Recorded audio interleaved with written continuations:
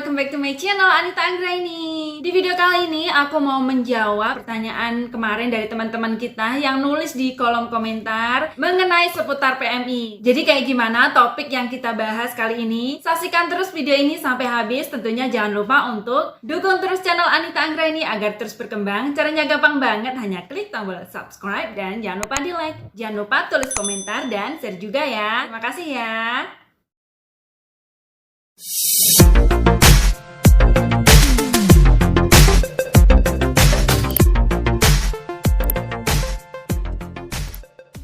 Nah guys, karena kemarin ada yang nulis kolom komentar seperti ini, Kak, kayak gimana sih caranya menjadi TKI?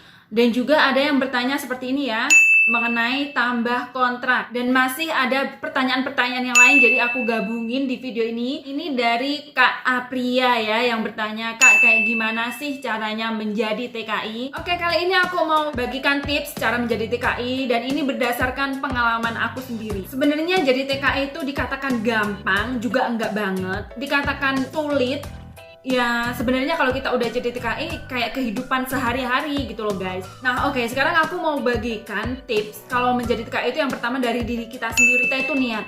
Karena kalau kita nggak niat, kita masuk ke PJTKI itu banyak banget ujian. Mental kita itu diuji gitu loh guys. Jadi kita itu kayak dilatih untuk tegar, dilatih untuk bersabar, dilatih untuk disiplin. Jadi kalau kita itu niat, apapun itu ujian kita di dalam PJTKI nanti, kita itu bakal bisa melaluinya. Kecuali kalau kita nggak niat. Dulu ada teman aku yang masuk ke PJTKI ingin bekerja ke Taiwan, dia itu karena frustasi. Setelah masuk di dalam PJTKI, dia itu kayak diem aja, kayak stres, kayak tekanan batin, kayak ngengkleng, karena pada dasarnya hatinya itu kayak belum siap menjadi TKI. Apalagi kalau umur kita udah tua, nanti kalau kita berhadapan sama losenya itu bilangnya itu ceplos-ceplos loh guys. Kalau misalnya kamu nggak bisa gitu ya, kamu bodoh ya, bego gitu, langsung bilang. Losenya tuh langsung bilang, seakan-akan lose itu majikan, karena dia itu melatih mental kita gitu loh guys. Jadi biar kita itu di Taiwan nanti, kita itu udah siap majikan mengomelin kita, marahin kita itu udah terbiasa gitu loh. Kedua adalah berani. Kalau kita berani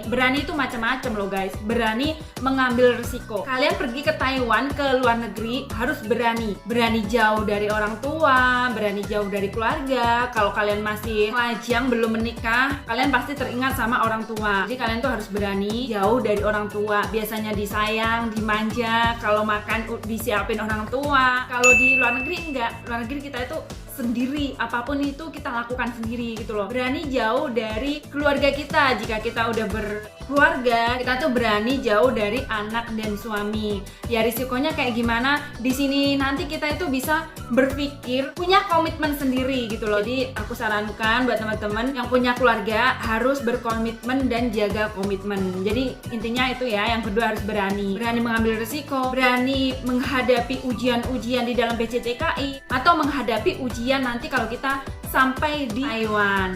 Nah itu tadi ya, tips dari diri kita sendiri adalah niat dan juga berani. Dan kalau kita udah niat banget dan kita berani, barulah kita masuk ke PJTKI yang kita tuju. Nah kalau teman-teman nggak paham banget mengenai PJTKI, biasanya teman-teman itu memakai PL atau sponsor. Kalau menurut aku, semua PJTKI itu prosesnya kurang lebih sama guys. Dan persyaratan kita masuk ke PJTKI, dokumen yang kita siapkan adalah yang pertama ijazah, KK, dan juga KTP, dan juga surat izin keluarga. Buat teman-teman yang belum menikah, surat izin orang tua, dan yang udah menikah surat izin keluarga suami atau istri, seperti itu ya. Nah kalau dokumen kita udah siap semua, kita serahkan saja sama sponsor, nanti diarahin kok. Tapi ada juga yang tanpa sponsor, langsung aja datang ke kantornya, temuin dengan orang yang bersangkutan di informasi. Dulu aku pernah, waktu aku di Indonesia, pernah membantu bekerja di kantor ya. Aku dulu sebagai informasi. Misalkan kalau ada TKI atau calon PNI baru yang daftar, aku dulu tuh nulis guys, nama kamu siapa, dari mana. Terus aku bawa teman-teman ke kantor interview, seperti itu.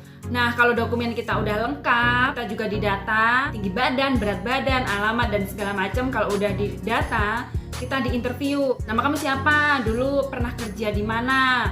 udah menikah apa belum, biodata kamu nanti di interview. Nah, kalau interview kita lancar, kita diterima sama PJTKI, kalian nanti bakalan masuk tahap pertama adalah medical. Dan di dalam PJTKI nanti sambil kita belajar, kita menunggu job. Kalau kita udah dapat job, biasanya kita itu udah memasuki tahap UJK, UJKOM, dan juga pasporan. Kalau semua udah beres, udah lancar gitu ya, nanti kita bakal masuk tahap ke TETO untuk mengambil visa kita. Dan kemarin banyak banget teman-teman yang bertanya mengenai TETO ya, mengenai TETOan. Kalau aku udah TETOan Kak, gimana TETOan lagi apa enggak? Kita ke TETO itu adalah untuk mengambil visa kita, dan pastinya itu kita dapat majikan, visa kita udah turun, kita mengambil ke TETO, ke Jakarta gitu ya guys. Terus kemarin kan ada yang bertanya kayak gini, Kak, teman aku kan udah TETOan, terus dia itu MD. Kalau Taiwan buka nanti, dia ingin masuk lagi, apakah harus TETOan lagi? Jadi TETOan itu adalah kita pergi mengambil visa kita ya teman-teman. Kalau kita udah dapet job, visa kita turun, kita barulah pergi ke TETOan. Kalau teman-teman udah MD, jadi otomatis di cancel ya. Otomatis majikan yang di Taiwan kan mau cari TKW atau PMI baru. Pastinya kalau yang MD terus udah berbulan-bulan masuk lagi ke PJTKI, tentunya job kalian itu ganti. Jadi cari job lagi gitu loh. Nah, kalau job kamu baru, terus majikan kamu baru, kamu juga akan pergi ke TETOan lagi gitu loh guys. Biasanya ganti majikan, ganti job, kita itu pergi lagi ke TETO lagi, seperti itu loh. Kalau untuk TETOan yang dulu ya, setahu aku di PJTKI aku,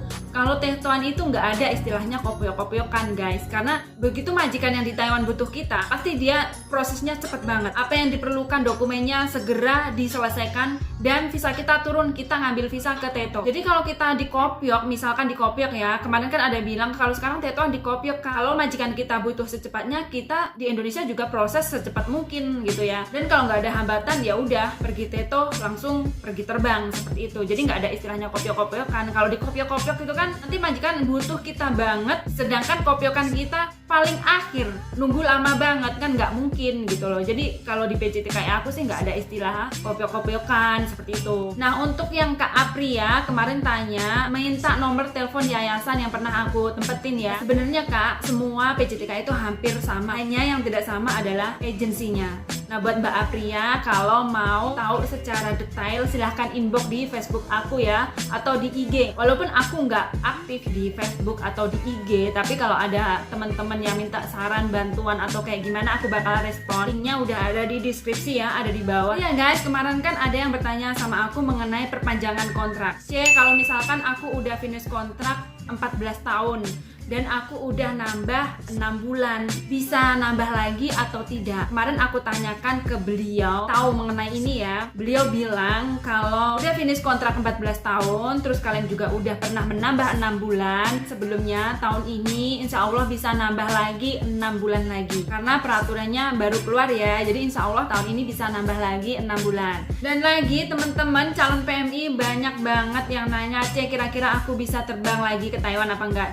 Aku udah proses kayak gini, aku udah proses sampai di sini, kira-kira aku bisa terbang lagi ke Taiwan atau tidak? Insya Allah kalian semua pasti bisa terbang ke Taiwan, asalkan dengan satu syarat ya, Taiwan sudah resmi dibuka. Insya Allah kalian pasti bisa masuk lagi ke Taiwan. Semoga saja deh, pokoknya doa kita semoga Taiwan secepatnya buka, terus calon PMI bisa masuk ke Taiwan, bisa bekerja lagi di Taiwan, seperti itu ya. Amin amin ya rabbal alamin. Oke guys, jadi itu tadi informasi dari aku gimana caranya menjadi seorang TKI.